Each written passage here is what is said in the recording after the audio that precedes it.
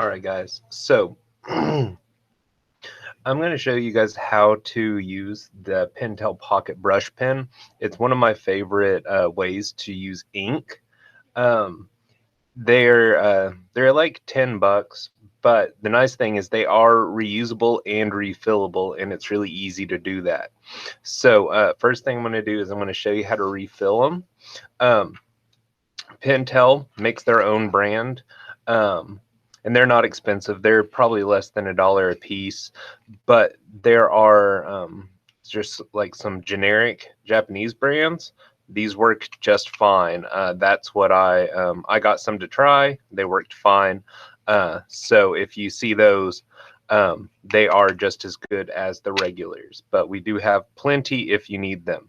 Now, the way that you're gonna generally they come with either 2 or 4 refills.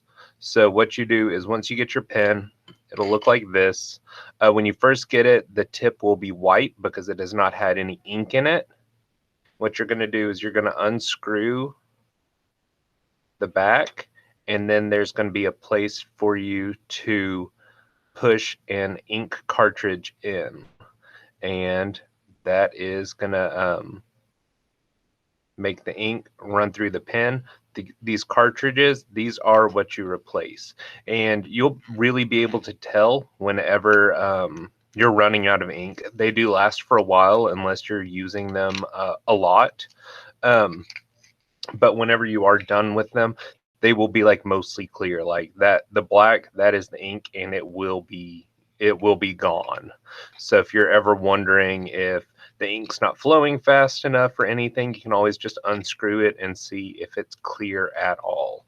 Then you just screw this back in, and so far I have not had one of these explode on me.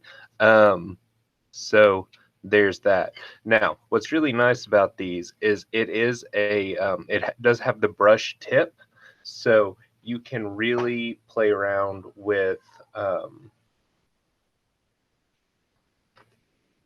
more fluid inking styles than you would be able to with a regular Sharpie or Micron or anything. So I usually use them pretty much just like you would a Sharpie. You can go over your pencil, and then you can use an eraser to get rid of your pencil lines. You really kind of have to play around with them for a while to get used to the marks that they make. See what kind of works best for you. If you're going to be kind of pulling the tip towards you, pushing it away from you, kind of see which marks you like best. What's nice about them is since they do come to a point, you can get really fine lines. It takes a lot of practice to do that, but you can also kind of get this calligraphic line, like calligraphy. You can tell that I just put this refill in here, so the ink's kind of uneven. It's a little light. It won't be kind of once it all settles. But from here, you can just sort of use it as you need to. If you get a lot of the ink sort of out of the brush, you can do this nice kind of dry brushing texture. It's sort of hard to get that consistently, but it kind of gives you something else that you can play around with. It is water resistant, so if you like using this, you can use watercolor over it. You can use them with alcohol markers.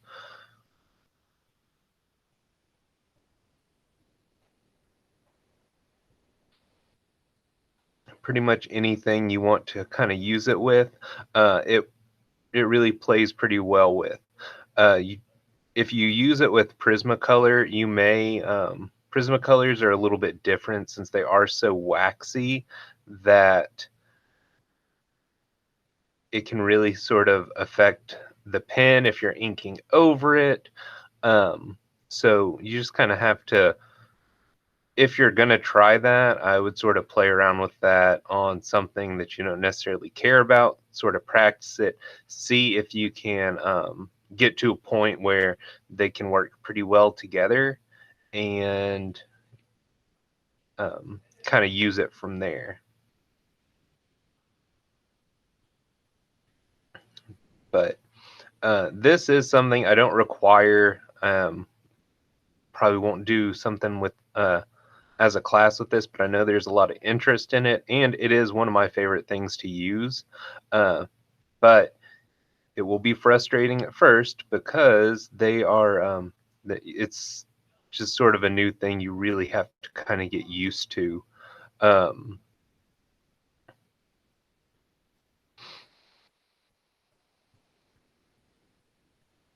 The first time I used one, it was on a character that had a lot of scales, and it turned out really cool. And if I probably hadn't tried it out on something that really lended itself well to the Pentel, I might not have liked it quite so much. You can use them with alongside Sharpies and Microns, anything like that. So if you do need really thin lines, you can use a Sharpie or a Micron to really blend those over. And depending on your luck, you can get some nice white lines with a white gel pen. White gel pens, their mileage kind of varies. Sometimes I find that they work really well. Sometimes they don't do anything.